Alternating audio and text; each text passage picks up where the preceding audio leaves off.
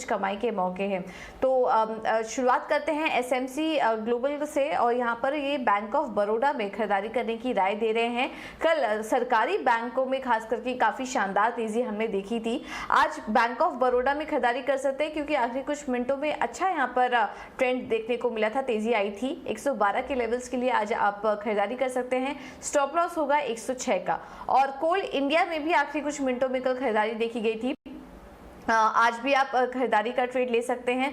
200 के लेवल्स के लिए स्टॉप लॉस होगा 192 का।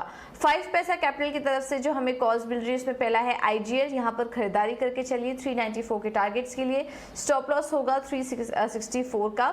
और इसके अलावा मोतीलाल ओसवाल की तरफ से जो हमें कॉल्स मिल रही हैं उसमें पहला है टाइटन, यहाँ पर खरीदारी करके चलिए 2300 के लेवल्स के लिए। स्टॉप लॉस होगा 2190 का। यहाँ पर भी हम देख रहे हैं कि लगातार एक खरीदारी का ट्रेंड अच्छा बना हुआ है। आदित्य बिरला फैशन रिटेल में भी खरीदारी करने की राय 275 के टारगेट्स के लिए। स्टॉप लॉस होगा 254 का। और रेलीगेयर की तरफ से जो कॉल्स हमें मिल रही हैं उसमें पहला है फेडरल बैंक, यहाँ पर खरीदारी करके चलिए। कल नतीजे भी आए थे ओवर द वीकेंड, कल हमने देखा उसके बाद 4% तक की तेजी स्टॉक में देखने को मिली थी। आज भी खरीदारी का ट्रेड ले सकते हैं आप इस स्टॉक में। 110 का होगा लक्ष्य। स्टॉप लॉस लगाइए 99 का। और इन्होंने भी अपने दूसरे कॉल में आईजीएल में खरीदारी करने की राय दी है 383 के लेवल्स के लिए। स्टॉप लॉस होगा 368 का।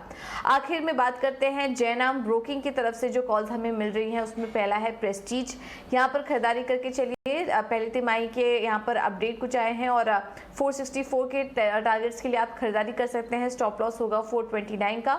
और अगले कॉल में ल्यूपिन में ये खरीदारी करने की राय दे रहे हैं 666 के टारगेट के लिए। स्टॉप लॉस सुझा रहे हैं 629 का। तो अभी जो हमें फिलहाल कॉल्स मिल रही हैं सभी में खरीदारी करने की राय है।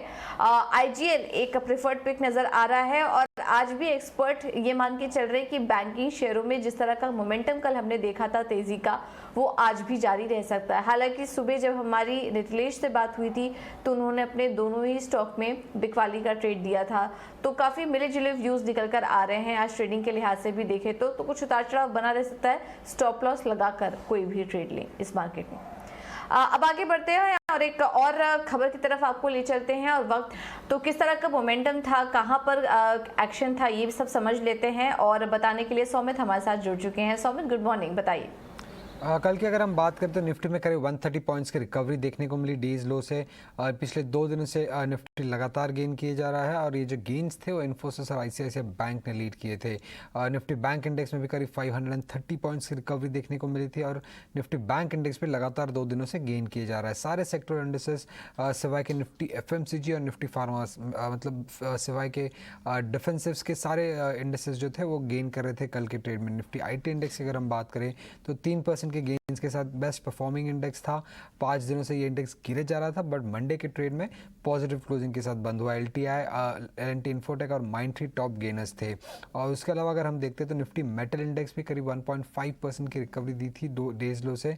हिंदुस्तान कॉपर और हिंडाल्को टॉप गेनर थे और निफ्टी मेटल इंडेक्स भी पिछले 2 दिनों से गिरे जा रहा था बट मंडे के ट्रेड में पॉजिटिव क्लोजिंग के साथ बंद हुआ। स्टॉक स्पेसिफिक अगर हम देखें निफ्टी 50 में तो हिंडाल्को पिछले 4 सेशन से कंटिन्यूसली गेन किए जा रहा है। टेक महिंद्रा जो पिछले 5 सेशन से कंटिन्यूसली गिरे जा रहा था मंडे के ट्रेड में पॉजिटिव क्लोजिंग के साथ बंद हुआ। मारुति सुजुकी और ब्रिटानिया की अगर हम बात करें तो दोनों ही स्टॉक 3 दिन से गेन किए जा रहे थे बट कल के ट्रेड में नेगेटिव क्लोजिंग के साथ बंद हुआ। और एचडीएफसी बैंक में वीकनेस थी कल के ट्रेड में क्योंकि जो Q1 के नंबर्स थे वो एनालिस्ट एक्सपेक्टेशंस के थोड़े खराब आए थे। इसी कारण हमें ये वीकनेस एचडीएफसी बैंक में कल के ट्रेड में दिखी। बिल्कुल, तो कल के टॉप परफॉर्मर थे बैंक्स, शानदार तेजी देखने को मिली। वहीं कुछ सिलेक्टेड डिफेंसिव स्टॉक्स में कमजोरी भी देखने को मिली है। इसके अलावा सौमित ये भी बताइए कल के ट्रेंडिंग शेयर्स कौन से थे, कहां पर बस था? कल ब्रॉडर मार्केट में अगर हम देखते हैं तो क्विक हिल काफ़ी फोकस में रहा, करीब 20% के गेंस के साथ। हाईएस्ट गेंस थे स्टॉक के जब से लिस्टिंग हुई है तब से लेके अब तक। और ये इसके पीछे का कारण एक ही था, कंपनी ने कहा कि वो बायबैक कंसिडर करेगी अपनी बोर्ड मीट में। वर्धमान टेक्सटाइल में गेंस थे क्योंकि हायर कॉटन प्राइसेस के कारण जो स्पिनिंग मार्जिन होगी कंपनी की वो बेनिफिट कर सकती है। ऑर्किड फार्मा की अगर हम बात करें तो कंपनी के यूनिट को पीएलआई अप्रूवल मिल गया था एपीआई ड्रग मैन्युफैक्चर करने का महाराष्ट्र असेंबलीज में गेंस थे क्योंकि ऑर्डर विन था करीब 130 करोड़ का। उसके अलावा अगर हम देखें तो वोल्टास में भी अच्छे खासे गेंस थे क्योंकि जो समर के सेल्स आए हैं वो काफ़ी स्ट्रांग हुए हैं कंपनी के लिए। पूरे फर्स्ट हाफ में अगर हम देखें तो करीब 1.2 मिलियन एसी यूनिट्स बेचे हैं कंपनी ने। उसके अलावा अगर हम वीकनेस में देखें तो एनआईटी टेक करीब 7% डाउन था ट्रेड में। वॉल्यूम्स भी काफ़ी स्ट्रांग थे 7 टाइम्स से 20 डे एवरेज के सामने, और पिछले 6 सेशन से कंटिन्यूसली ये स्टॉक गिरे जा रहा है। बीपीएल की बात करें तो वीक Q1 नंबर्स के दम पे हमें ये वीकनेस दिखी। और बटरफ्लाई गांधीमती की अगर हम बात करें तो 3 दिन के गेंस के बाद मंडे के ट्रेड में करीब 3% डाउन था ये स्टॉक। पिछले 3 दिनों में ये स्टॉक करीब 24% के गेंस रिकॉर्ड कर चुका था। अब आज के लिए कौन सी चीज़ों पे ध्यान रखनी होगी? पहले तो हिंदुस्तान जिंक फोकस में रहेगा। आज लास्ट डे है शेयर्स खरीदने का। किसी भी शेयर होल्डर के लिए अगर वो डिविडेंड लेना चाहते हैं कंपनी से तो करीब 21 रुपये का डिविडेंड है ये। और अगर आप डिविडेंड यील्ड देखेंगे इसके सामने तो करीब 7% के आसपास हो जाएगा। तो अच्छा खासा डिविडेंड गेन्स हो सकता है किसी भी इन्वेस्टर के लिए। उसके अलावा रिजल्ट्स के दम पे निफ्टी 50 में HDFC लाइफ और HUL के रिजल्ट्स आने वाले हैं। और उसके अलावा अगर हम देखें तो Ambuja cement, AU small finance bank, DCM Shriram, Hudson agro, ICICI Lombard general insurance, L&T finance, Polycab, Rallis, ये कंपनीज की अर्निंग्स आ रही है। और बोर्ड मीट भी अगर आप देखेंगे तो वेदांता फोकस में रहेगा क्योंकि आज वेदांता भी डिविडेंड अनाउंस करने वाला है। ओके, तो ये कुछ ऐसी कंपनी है जो आज फोकस में रह सकती हैं और कुछ नतीजों पर भी हमारी नज़र बनी रहेगी।